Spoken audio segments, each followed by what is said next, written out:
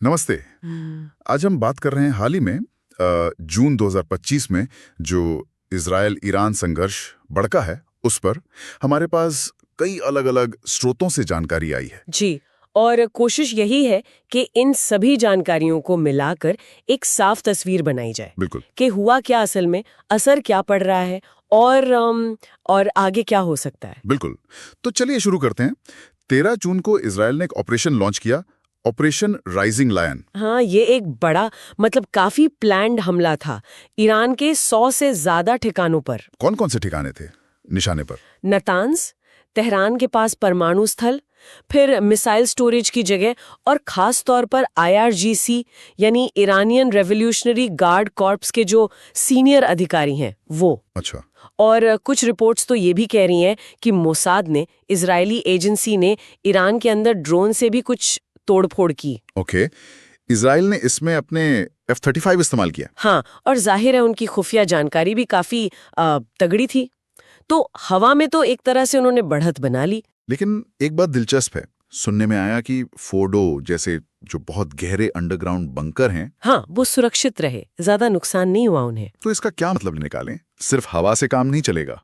शायद ये दिखाता है कि बहुत मजबूती से बनाए गए जमीन के काफी नीचे जो ठिकाने हैं उन्हें सिर्फ हवाई हमले से पूरी तरह खत्म करना शायद मुश्किल है।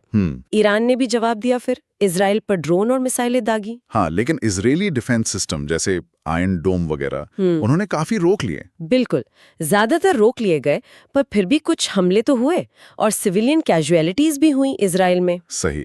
अब बड़ा सवाल ये है कि ईरान की जो मिलिट्री कैपेबिलिटी है उस पर कितना असर पड़ा इन हमलों से? असर तो पड़ा है और शायद काफी गंभीर। जो अनुमान आ रहे हैं वो बताते हैं कि करीब 40% मिसाइल लॉन्चर्स, 40%? हाँ, और लगभग 70% एयर डिफेंस सिस्टम तबाह हो गए। अच्छा, तो मतलब उनकी जो जवाबी हमला करने की ताकत है वो काफी कम हो गई। परंपरागत तरीके से हाँ, काफी कमजोर हुई है। पर देखिए, पूरी तरह खत्म नहीं हुई है। और इन सब का एक मानवीय पहलू भी है जो बहुत गंभीर है। हाँ, वो तो है ही, बहुत दुखद है। दर्जनों ईरानी परमाणु वैज्ञानिक मारे गए, IRGC के नेता और सैकड़ों आम नागरिक भी। तेहरान जैसे शहरों से लोग डर के मारे निकल रहे हैं, ऐसी भी खबरें हैं। और दूसरी तरफ इजराइल में भी असर पड़ा है। स्कूल बंद करने पड़े, फ्लाइट्स रुक गईं। हजारों लोग शेल्टर में गए होंगे जब अलर्ट बजे होंगे। जी हाँ, बिल्कुल। आम लोगों पर दोनों तरफ असर पड़ा है। अच्छा, अगर सैन्य नजरिए से देखें तो क्या ईरान का परमाणु कार्यक्रम रुक गया इन हमलों से पूरी तरह? देखिए, ज्यादातर एक्सपर्ट्स यही मान रहे हैं कि नहीं रुका नहीं है, शायद कुछ महीने या हो सकता है साल भर पीछे चला गया हो। बस। हाँ। मतलब ये परमानेंट सोल्यूशन नहीं है। और जैसा हमने फोर्डो की बात की, जो गहरे ठिकाने हैं उन्हें शायद अमेरिका के वो खास बंकर बस्टर बॉम्ब ही नष्ट कर सकते हैं, जिनकी अभी बात नहीं हो रही है। फिलहाल तो नहीं। तो अब आगे क्या? मतलब सीधा टकराव तो शायद थोड़ा रुका है, पर माहौल तो तनाव वाला ही है। बिल्कुल, और यहीं पर चीजें और उलझ जाती हैं। हो सकता है ईरान अब सीधे मिसाइल दागने के बजाय दूसरे तरीके अपनाए। जैसे क्या मतलब? जैसे बड़े साइबर अटैक कर सकता है, या अपने प्रॉक्सी ग्रुप्स के जरिए, मतलब जो उसके समर्थक गुट हैं अलग अलग देशों में, उनके जरिए आतंकी हमले करवा सकता है। शिपिंग लेन्स पर खतरा, हुर्मुज़ स्ट्रेट। हाँ, वो भी एक आशंका है। समुद्री रास्तों में जहाजों पर हमले या खाड़ी में जो अमेरिकी ठिकाने हैं उन्हें निशाना बनाना। रासायनिक या परमाणु हथियार, वो कितना वास्तविक खतरा है? उसकी आशंका जताई तो जाती है, पर ज्यादातर जानकार मानते हैं कि वो अभी दूर की बात है। बहुत एक्सट्रीम कदम होगा वो। और इस सबका असर पूरे रीजन पर पड़ रहा होगा। सऊदी अरब, UAE जैसे देश क्या कर रहे हैं? वो बहुत संभल कर चल रहे हैं, कूटनीतिक बैलेंस बनाने की कोशिश में है। वो इस सीधे झगड़े में पड़ना नहीं चाहते। समझ आता है। और इधर हुर्मुज़ जल डमरू मध्य की बात आपने की, तो वहां किसी भी गड़बड़ी की आशंका से तेल के दाम बढ़ गए हैं दुनिया भर में। और डिप्लोमेसी, बातचीत का कोई रास्ता? अमेरिका ईरान बातचीत या वो पुरानी न्यूक्लियर डील जैसी कोई नई कोशिश? फिलहाल तो सब रुका हुआ लगता है। तनाव कम करने के कूटनीतिक रास्ते वो अभी बंद से दिख रहे हैं।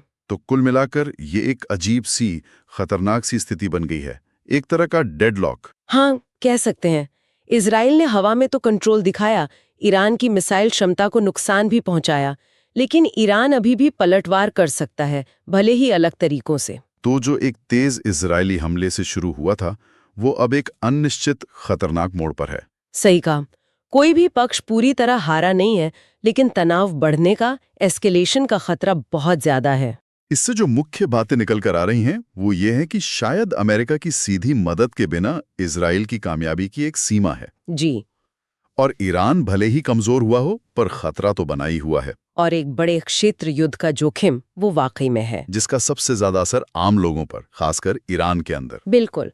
बाजार हिल गए हैं, कूटनीति रुकी हुई है, और ये पूरी स्थिति एक बड़ा सवाल खड़ा करती है सोचने के लिए। क्या सवाल? यही कि क्या आज के जमाने की लड़ाइयों में, इस तरह के संघर्षों में, कोई साफ निर्णायक सैन्य जीत हासिल करना मुमकिन भी है, या फिर ऐसे टकराव आखिरकार खतरनाक गतिरोध और ऐसे नतीजों की तरफ ही ले जाते हैं जिनके बारे में किसी ने सोचा भी न हो।